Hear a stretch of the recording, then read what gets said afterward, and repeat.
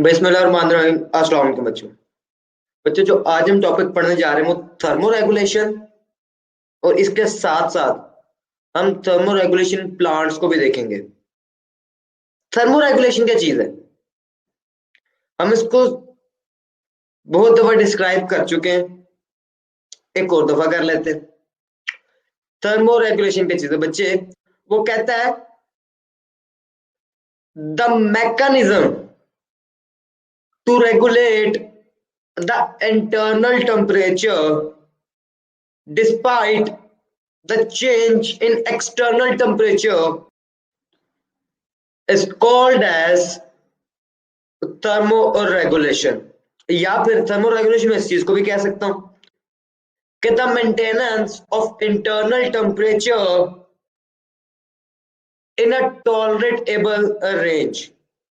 बात तो वही है बच्चे के इंटरनल टेम्परेचर को मेंटेन करना है, एक लेवल तक, एक मॉडरेट लेवल तक रखना है, एक रेंज में सेट करके रखना है, ऐसी रेंज जो हमारे एंजाइम्स को डीनेचर ना कर दे।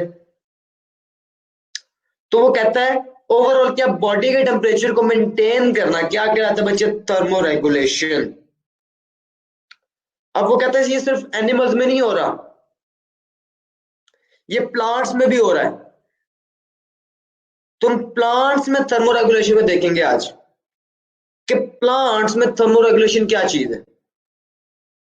प्लांट्स अपना इंटरनल टेम्परेचर कैसे मेंटेन करते हैं, उसके लिए मैकेनिज्म क्या रखा हुआ है।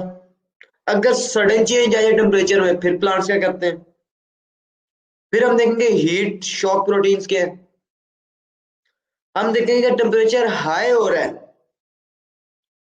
उस टेम्परेचर को प्लांट कैसे डील कर रहा है, और अगर टेम्परेचर में डिक्रीज आ रहा है, टेम्परेचर लो हो रहा है, तो उसको प्लांट कैसे डील कर रहा है। तो इन दो चीजों को हम नाम दे देंगे low temperature adaptations and high temperature adaptations. देख हम ये किस चीज में रहे हैं, प्लांट्स में, नॉट इन एनिमल्स। थर्मोरेगुलेशन में हो गया क्लियर कि इंटरनल टेम्परेचर को एक मॉडरेट लेवल में, एक टॉलरेटेबल रेंज में रखना किसी भी ऑर्गेनिज्म को अपने लिए, ये क्या कहलाता है, थर्मोरेगुलेशन। जी तो बच्चे चलते हैं टॉपिक की तरफ, रीड करते हैं, एक्सप्लेन करते हैं। ओके, तो thermoregulation control systems operate in organisms to cope with environmental stress including temperature extremes। तो कहते हैं जो एक मैकेनिज्म है ऑर्गेनिजम्स के पास, एक्सक्रीशन के लिए, ऑस्मो रेगुलेशन के लिए या थर्मो रेगुलेशन के लिए, इन तीनों का मकसद क्या है, इन तीनों का काम क्या है कि उस ऑर्गेनिज्म को सरवाइव करवाना और एनवायरमेंट की नीड्स के मुताबिक उसे चलाना। अब वो कहते हैं adaptations in plants to low and high temperature. तो पहली कंडीशन बच्चों में दे रहा है हाई टेम्परेचर। अब होगा क्या बच्चे, जब टेम्परेचर हाई होगा इन द आउटसाइड एनवायरमेंट, तो जो प्लांट की सबसे पहली तरजीह होगी, जो प्लांट सबसे पहला काम करने की कोशिश करेगा, वो इसके लिए ये होगा कि वो अपने टेम्परेचर को लो रखे, मेंटेन रखे। इसके लिए हम चैप्टर 1 जो कि 10th क्लास के लिए आ सकते हो, अदरवाइज उसमें चैप्टर 10 कह सकता हूँ, उसमें हमने स्टोमेटा का जिक्र पढ़ा था, लेंटिकल्स का जिक्र पढ़ा था। अच्छा, चैप्टर नंबर 9 क्लास 9th, उसमें हमने ट्रांसपायरेशन का जिक्र पढ़ा था। स्टोमेटा और ट्रांसपायरेशन किस चीज में हेल्प कर रहे थे, इवेपोरेशन ऑफ वाटर में। ऑल दो स्टोमेटा गैसियस एक्सचेंज में मदद कर रहा था, बट फिर वक्त हम टेम्परेचर रेगुलेशन को देख रहे हैं। तो स्टोमेटा, लेंटिकल्स और ट्रांसपायरेशन, ये सारे किस में मदद करते हैं बच्चे, इवेपोरेशन में। हमें पता है कि इवेपोरेशन जो है वो कूलिंग इफेक्ट क्रिएट करता है। कैसे इवेपोरेशन बच्चे क्या होता है, जो सरफेस पे और मॉलिक्यूल्स मौजूद हैं वाटर के, और वो क्या करते हैं बच्चे, एनर्जी गेन करता है अपने सराउंडिंग से। अगर वो स्किन पे है या किसी सरफेस पे है, वो एनर्जी कहाँ से गेन करेंगे? सराउंडिंग से, और प्लस उस सरफेस से भी तो एनर्जी ले रहे होंगे ना। एनर्जी एब्जॉर्ब करके अपने इंटर मॉलिक्यूलर बॉन्ड्स को तोड़ के एयर में वेपर्स के फॉर्म में इवेपोरेट कर जाते हैं। इससे हुआ क्या, वो जो एनर्जी ले रहे थे सरफेस से, जब वो लेके चले जाएंगे तो सरफेस से कूलिंग इफेक्ट पैदा हो गया। तो हाई टेम्परेचर में प्लांट कूलिंग इफेक्ट क्रिएट करने के लिए पहली तो बात है जो वेपोरेशन करेगा। फिर हम देखेंगे अगर सडन चेंज इन टेम्परेचर, अगर सडन टेम्परेचर हाई है तब प्लांट क्या करेगा। तो आइए चलते हैं बच्चे बुक की तरफ। कहता है high temperature denatures the enzyme and damage the metabolism, therefore it likely harms or kill the plant। वो कहते हैं जो हाई टेम्परेचर है वो प्लांट के लिए बहुत नुकसानदेह। कैसे? वो कहता है हाई टेम्परेचर क्या कर सकता है, प्लांट के जो एंजाइम्स हैं उनके स्ट्रक्चर को तबाह कर सकता है, जिसको हम कहते हैं डीनेचरेशन। इससे क्या होगा, मेटाबॉलिज्म प्लांट की बॉडी में रुक जाएगा। अब मेटाबॉलिज्म रुक गया मतलब कि नो एनर्जी। तो मैं कह सकता हूं कि जो टेम्परेचर है वो एंजाइम्स को तबाह करके, मेटाबॉलिज्म को इफेक्ट करके, वो प्लांट को या तो बहुत ज्यादा नुकसान पहुंचाएगा या किल कर देगा। तो इसलिए हाई टेम्परेचर से बचना तो है। तो आगे देखते हैं बच्चे प्लांट क्या करता है। Plant use excessive evaporation cooling to manage with high temperatures। तो प्लांट ने इसका हल क्या निकाला, इस हाई टेम्परेचर से बचने के लिए, अपने एंजाइम्स को डीनेचर होने से बचाने के लिए प्लांट्स ने एक मैकेनिज्म निकाला जिसको हमने दिया नाम एवेपोरेशन का। हमने कहा इवेपोरेशन क्या चीज है? हमने कहा the conversion of liquid molecules into the form of vapors by gaining or absorbing energy from the surroundings is known as evaporation। तो बच्चे वो कहता है उसने टेम्परेचर चेंज से बचने के लिए इवेपोरेशन के अमल को सिलेक्ट किया ताकि उसकी एंजाइम डीनेचर ना हो, ताकि उसके मेटाबॉलिक प्रोसेसेस इफेक्ट ना हो। Hot and dry weather, however, causes water deficiency resulting in closing of stomata. Thus, plants suffer in such condition। अब कहता है हॉट और ड्राई कंडीशन के बड़े नुकसान है। एक प्लांट ऐसा बेचारा जो मैं कह दूं डेजर्ट में है, एक तो पहले ही वहां पानी की कमी है, ऊपर से टेम्परेचर ज्यादा है। अब उसके लिए तो दो मसले बने बनाए हो गए ना। तो इस कंडीशन में प्लांट क्या करता है, वो कहता है ऐसे प्लांट के लिए अपने टेम्परेचर को मेंटेन करना एक बहुत बड़ा चैलेंज है। क्यों? कि पहले पानी का शॉर्टेज है, टेम्परेचर डाउन करना है तो इवेपोरेशन करनी है, इवेपोरेशन करनी है तो जाहिर बात है पानी का लॉस तो होगा, पानी की वजह सप्लाई है नहीं। तो कहते ये सिचुएशन को डील करना प्लांट के लिए अच्छा खासा डिफिकल्ट होता है।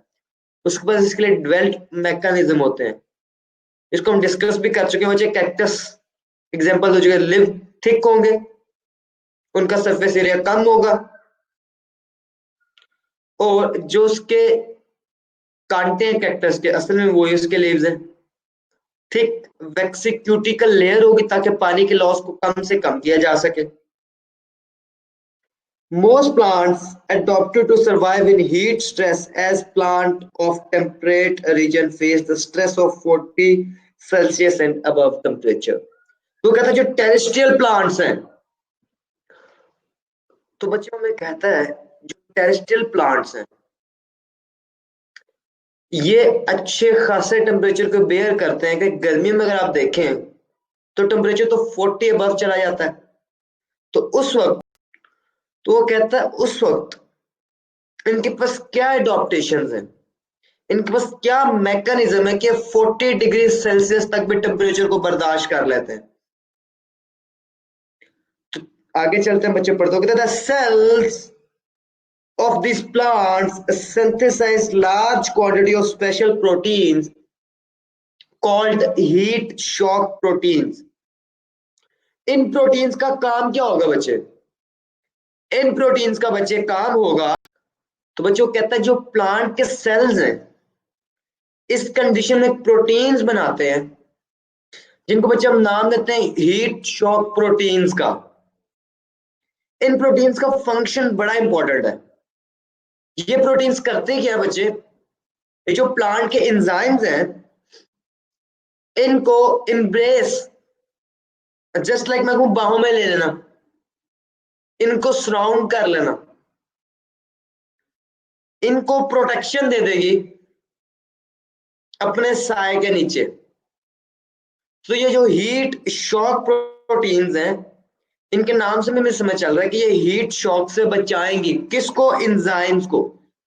एंजाइम्स है तो मेटाबॉलिज्म है, मेटाबॉलिज्म है तो एनर्जी है।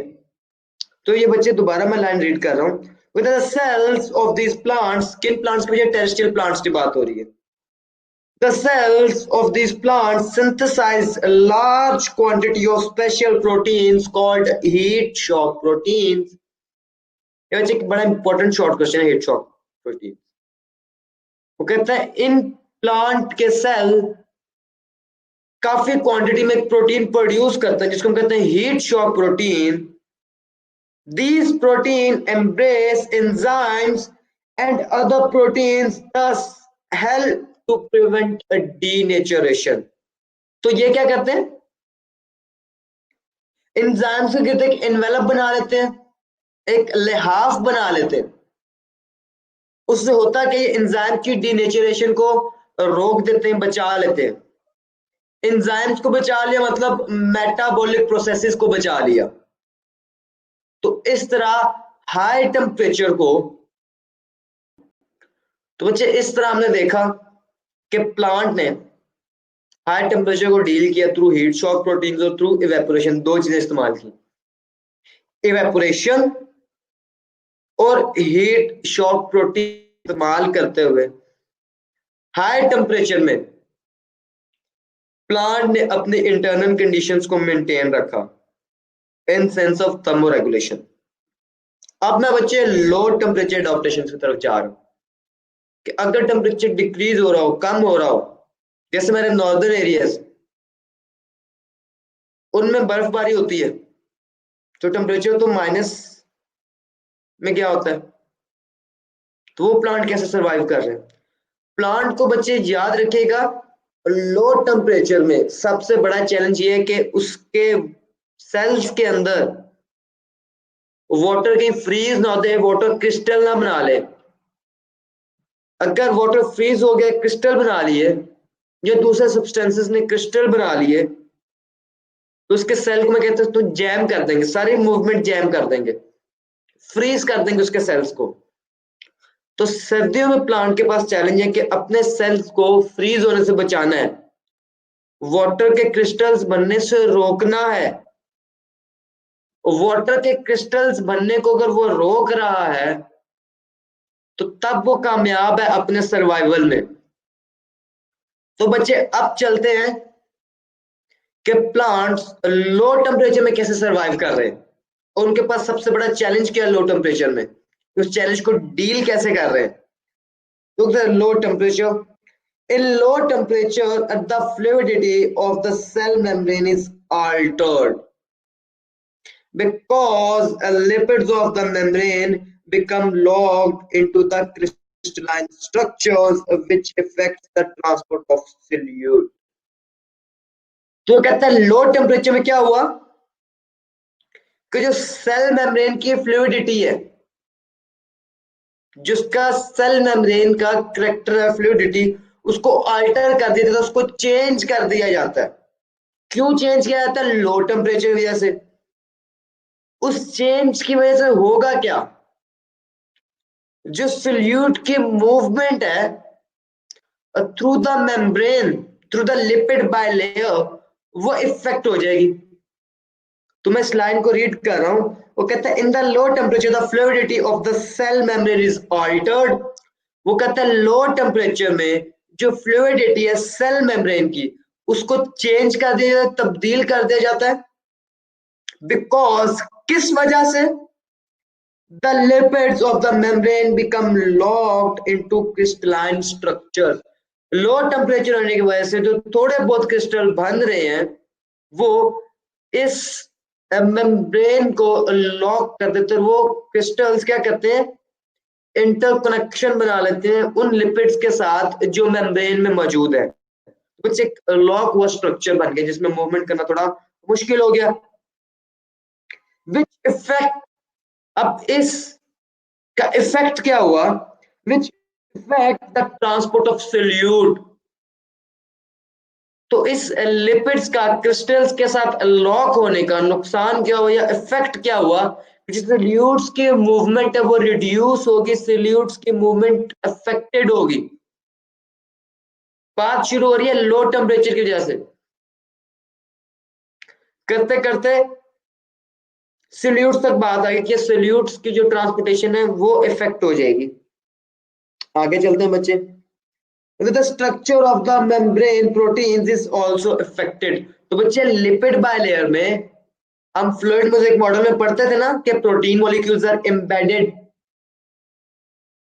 तो कैसे हो सकता है अगर लिपिड इफेक्ट हो तो प्रोटीन इफेक्ट ना हो? तो पहले तो समय जो मेम्ब्रेन में लिपिड मौजूद है उनका बताया को वो किस तरह इफेक्ट हो रहे हैं।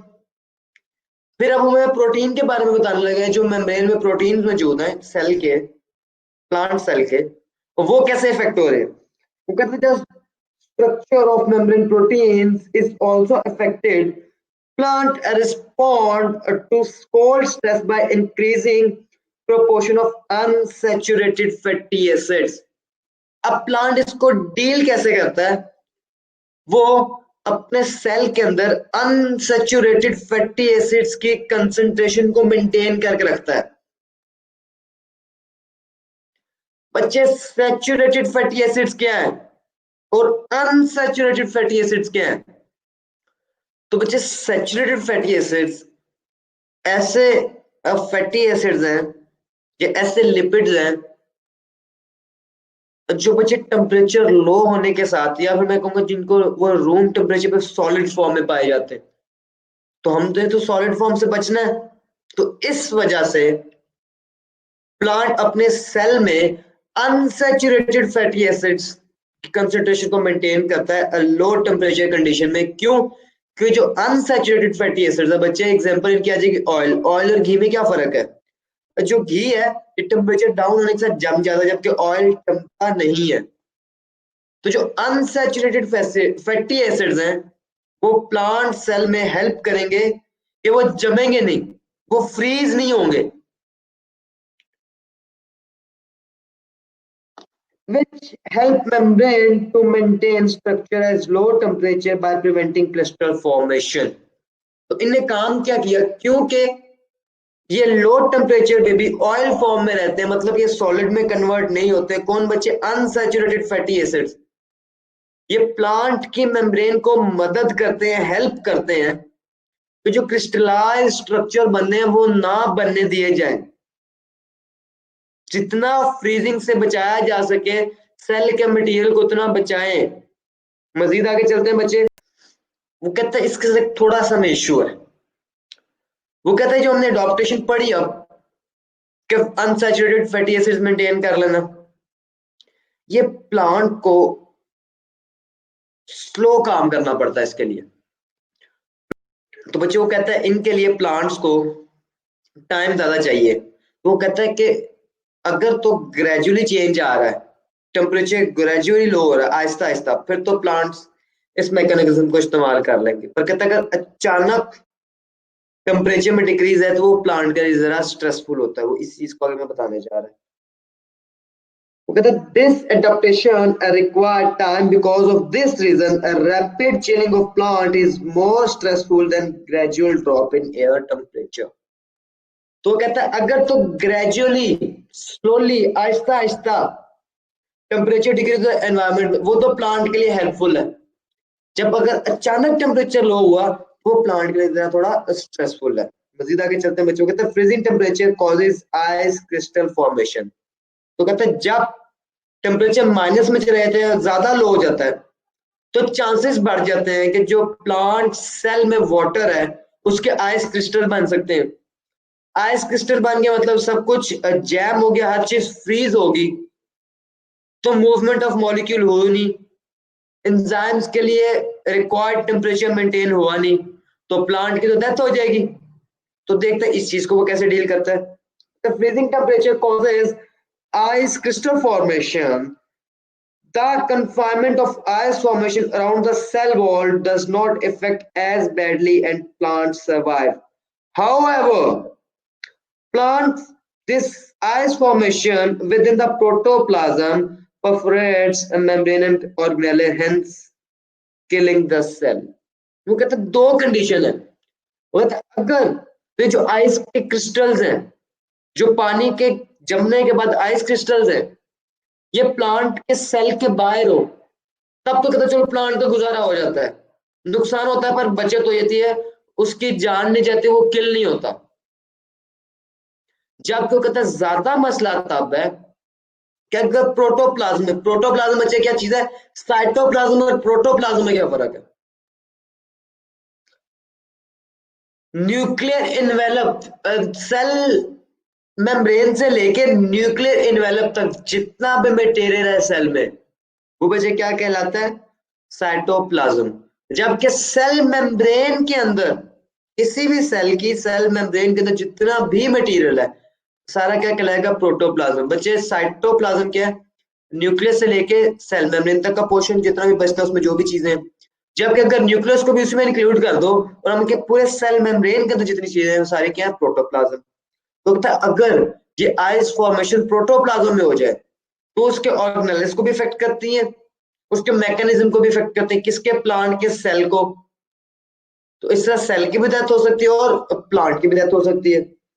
तो कहते हैं if this ice crystal forms in protoplasm it affects organelles and hence killing the cell. तो सेल के ऑर्गेनेले को इफेक्ट करता है और प्लांट्स को किल कर देता है। आगे चलते हैं बच्चे। The plant native to the cold region such as oaks, roses and other plants have adopted to bring changes in solute composition of the cells, which causes cytosol to supercool without ice formation. Although ice crystal may form in cell walls. अब वो कहता है जो plants ऐसे हैं जिनका habitat cold areas में है, वो करते क्या है? उनने अपने पास एक मैकेनिज्म डेवलप करके रखा हुआ है कि वो अपने साइटोप्लाज्म को, अपने प्रोटोप्लाज्म को सुपर कूल कर लेते हैं। उस सुपर कूल होने की वजह से क्या होता है कि उनमें आइस फॉर्मेशन नहीं होती। और इसमें बच्चे उसने एक और चीज का जिक्र किया, साइटोसोल। तो ये साइटोसोल क्या चीज है? साइटोप्लाज्म में से ऑर्गेनेल सारों को एक साइड पे कर दो, जो पीछे जेल टाइप मटेरियल बचा हुआ है साइटोसोल। तो कहता है जो प्लांट है वो अपने साइटोसोल को सुपरकूल कैसे बनाता है? वो कहता है जो सोल्यूट की कंसंट्रेशन है उनको हाई करके, उनको ज्यादा करके वो एक सुपर कूल एनवायरमेंट बना देता है, जिसका फायदा क्या है? वो आइस फॉर्मेशन क्रिस्टल से रोक देता है। जो क्रिस्टल बनने आइस के उनके फॉर्मेशन से रोक देता है और फायदा हो जाता है। आगे चलते हैं बच्चे। Although ice crystal may form in the cell wall, तो कहते हैं सेल वॉल में क्रिस्टल बन सकते हैं आइस के, पर उनका में कोई खास नुकसान नहीं है। बनते हैं तो बनते रहे, उनका में कोई खास नुकसान नहीं। तो बच्चे हमने देखा कि जो लो टेम्परेचर प्लांट्स रह रहे हैं वो अपने साइटोसोल को सुपर कूल कर रहे थे, कैसे? Higher concentration of solutes maintain करके। फिर वो कहते हैं कि ऑल्दो बेशक उनके सेल वॉल में क्रिस्टल्स बनते हैं आइस के, पर वो इतने हार्मफुल नहीं है। अब जल्दी से मैं टॉपिक को रिवाइज कर दूं। थर्मोरेगुलेशन देखा, maintenance of internal temperature in tolerable range. फिर हमने दो कंडीशन देखी प्लांट्स के पास, हाई टेम्परेचर और लो टेम्परेचर। उसने कहा हाई टेम्परेचर में प्लांट्स दो तरीके इस्तेमाल करता है। अपने टेम्परेचर को मेंटेन करने के। पहला इवेपोरेशन, लॉस ऑफ वाटर, दूसरा हीट शॉक प्रोटीन, जो स्पेशल प्रोटीन्स थी जो एंजाइम्स के इर्द गिर्द इन्वेलप बना देते थे, उनको टेम्परेचर से डीनेचर होने से बचाते थे। उसने कहा लो टेम्परेचर में प्लांट क्या करता है, उसने कहा प्लांट अपने साइटोसोल को सुपर कूल कर लेता है ताकि आइस फॉर्मेशन ना हो, क्योंकि लो टेम्परेचर पर सबसे बड़ा चैलेंज एक प्लांट के लिए आइस क्रिस्टल की फॉर्मेशन है, जो उसके निजाम जिंदगी को जैम करके रख देंगे। तो बच्चे ये था आज का हमारा छोटा सा आसान सा टॉपिक। उम्मीद करता हूँ समझ आ गई होगी। मिलते हैं बच्चे कल एक नए टॉपिक के साथ, तब तक के लिए बच्चे अल्लाह हाफिज।